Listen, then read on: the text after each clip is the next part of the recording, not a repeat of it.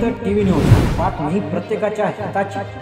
पुण्यातील आयुष कोमकर खून प्रकरणात मोठी घडामोड समोर आली आहे। तुरुंगात असलेला कुख्यात गुंड बंडू आंदेकर याने थेट कोर्टातच पोलिसांवर गंभीर आरोप केले आहेत। बंडू आंदेकरने सांगितले की कृष्णा आंदेकराची माहिती दे, नाहीतर त्याला थेट गोळ्या घालू, अशी धमकी पोलिसांनी दिली आहे। मात्र तपास अधिकारी SP शंकर खटके यांनी हे आरोप फेटाळून लावले आहेत। पोलिसांच्या माहितीनुसार आयुष कोमकरच्या हत्येचा कट संगनमताने रचण्यात आला होता। या प्रकरणातले 7 आरोपी वयाने 19 ते 25 वर्षाच्या दरम्यानचे तरुण आहेत। आंदेकर टोळीचा प्रमुख बंडू आंदेकर तरुणांनी संघटित गुन्हे करवून घेण्यात पारंगत आहे।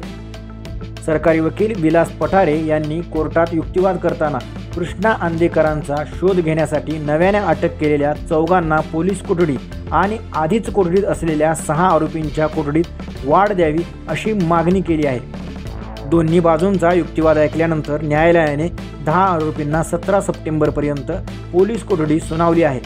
या प्रकरणात फरार असलेल्या कृष्णा आंदेकरच्या मागावर पोलीस असून तो अजून तरी पोलिसांना गोंगारा देण्यात यशस्वी ठरला आहे। कृष्णाला पकडण्याचे आव्हान पोलिसांसमोर आहे।